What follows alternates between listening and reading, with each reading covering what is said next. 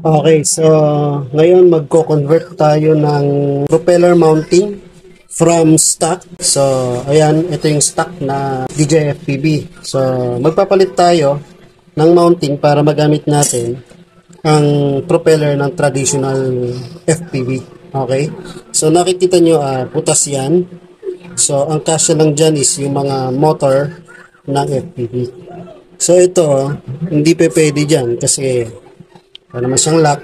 So, ito yung ginagamit sa mga traditional FPV drones. Okay? So, ito naman ginagamit naman tong propeller na to para dito sa stock ng DJI FPV drone. Okay? So, ito naman, meron siyang lock. So, hindi mo na kailangan siyang i-tornilyo or lagyan ng nuts. So, lock in siya. So, makikita nyo, no? Yan. Yan. Apat yan. So, yung dalawa may pula sa gitna, yung dalawa wala. So, dun din sa motors ng DJI FPV, may pula, yung dalawa wala. So, dun pupunta yan. Ang mangyayari dyan, lock in siya. Press, then tilt. Tapos, okay na siya. Okay na yan. Kabila din, ganoon. Press, then tilt. Then, okay, then ganoon din sa kabila. So, wala siyang pula, wala ding pula. Press, and tilt. So, ganoon din. So, ayan na, okay na to. So, since dahil pang stock siya, magko-convert tayo para magamit natin itong propeller ng traditional FPV drones. Okay? So, ito nga po pala gagamitin nating mounting. Ayan. FPV prop adapter for DJI FPV drones.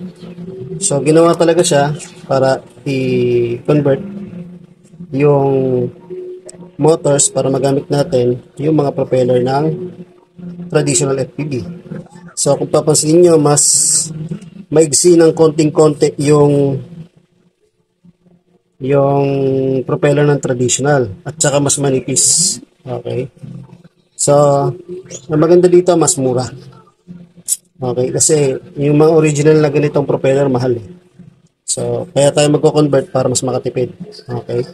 So, safe naman siya. So, tingnan natin yung pag-convert natin. Okay? Ito nga pala yung mga laman na ito, no? So, may laman siyang Allen wrench, pares ng motors, ay ng mounting, and pares. So, apat yan. So, ang maganda nito, wala nang tanda-tanda. Dito ko na lang magbabase sa propeller. Okay, so kung yung ikot ng motor, pag ganon, itong propeller mo dito. So pag ganon siya, pa-counterclockwise. Yung partner naman niya, pakabila. Tapos, ito namang isa dito. Yung yabi niya, may yabi siyang kasama. And then, yung mga tornilyo. Okay? So, start na tayo.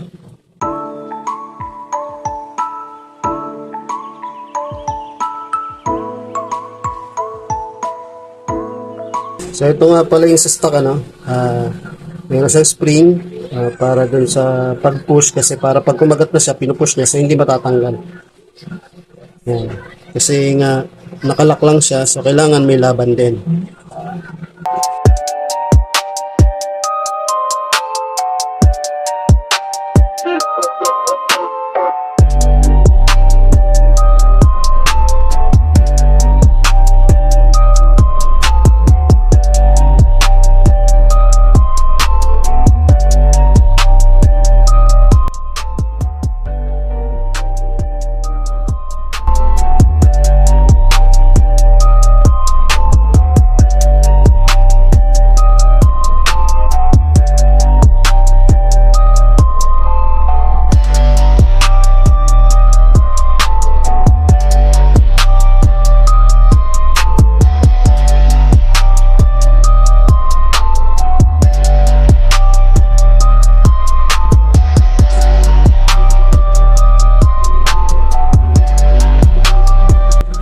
simple. Ayan, tapos na. So, pwede na nating lagyan ng propeller. So, dapat bago nyo to convert, no? Tatandaan nyo kung paano yung ikot ng motors nyo. Okay? So, siyempre ako, alam ko naman na yung mga ikot nyo. Yung ikot ng motor natin, palabas sa harap, paloob sa likod. So, clockwise sa harap, clockwise, at clockwise dito, counterclockwise doon. Counterclockwise dito, clockwise doon. So, ang magkapares nito at saka ito. Ito, at saka ito. Okay? So, okay mali dito. So, kaya may pula yan kasi yan sila magkaparehas. So, ang ikot niyan, counterclockwise. Ang ikot naman nito, clockwise. Okay? So, ganun lang yun. Try natin. Ikabit yung propeller.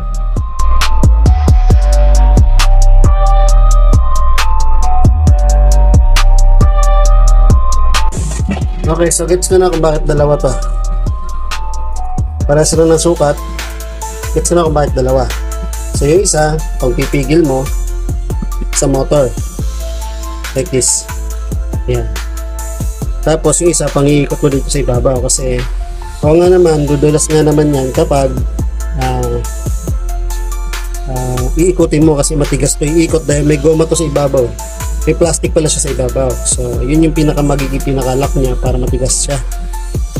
So, habang iikutin mo siya, may pumipigil mo sa ilalim.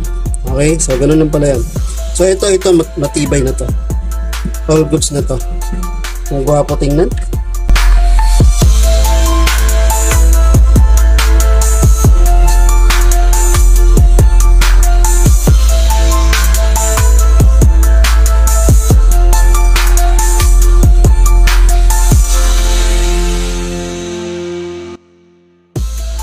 So, ang ganda tingnan. Colorful. Actually, ito luma ko tong mga propeller galing sa 5-inch ko na FPV. So, ngayon, dahil converted na siya, so, isang propeller na lang yung paproblemahin kong bilhin para sa 5-inch ko at saka dito sa DJI FPV. Yan. So, iisa na lang siya. So, pag bibili ako, isa na lang yung propeller na bibilin ko. Share na sila. So, hindi na ako mahihirapan pang bumili sa iba. Kasi, siyempre, pag original na propeller ng DJI, medyo pricey. Pagka bumili ka naman ng peke, mabilis masira. So, convert natin para isang gastusan na lang. Convert natin, mas matibay pa at mas safe. Yan. So, at saka mas maganda siya tingnan. Maganda siyang tingnan.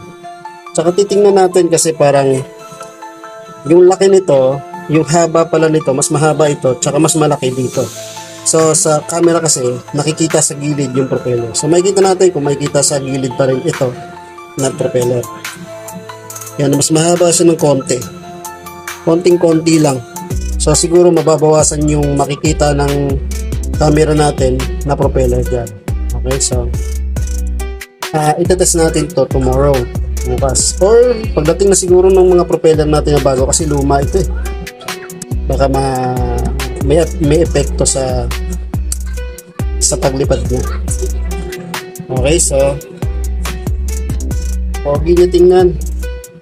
So medyo pricey lang itong adapter natin, itong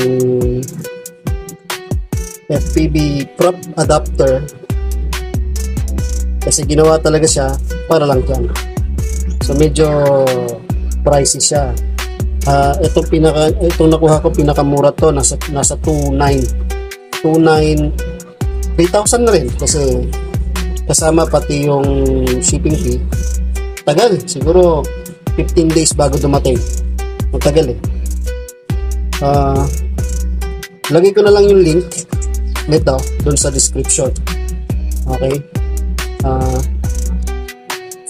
Yung isa na ganito, isang ganito na parehas lang din, same lang, nasa 4,000. Ito, nakita ko, naghanap ako na mas mura. So, nakita ko ito at 3,000. Yan, kasama pati shipping fee. Saka matagal siyang dumating.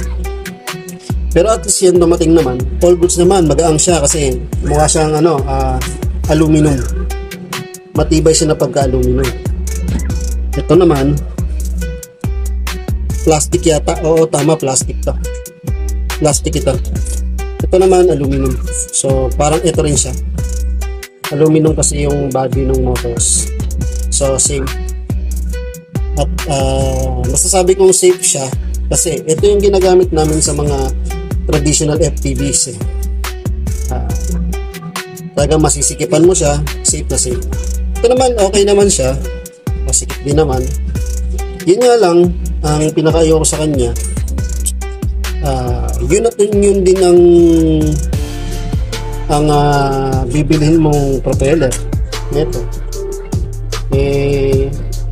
Marami namang mga katulad nito pero yun nga peke. Siyempre ito naman original, medyo may BGI pa.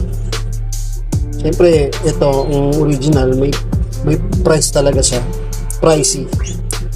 And siyempre medyo mabigat sa bulsa pag kunyari mga ilang beses na nakabili, tapos ipunin mo nga lang naman kunyari kung 10 beses kang nakabili, halos sakit din sa bulsa.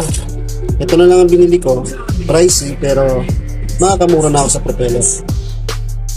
Yan, mas safe pa, tsaka maganda tingnan.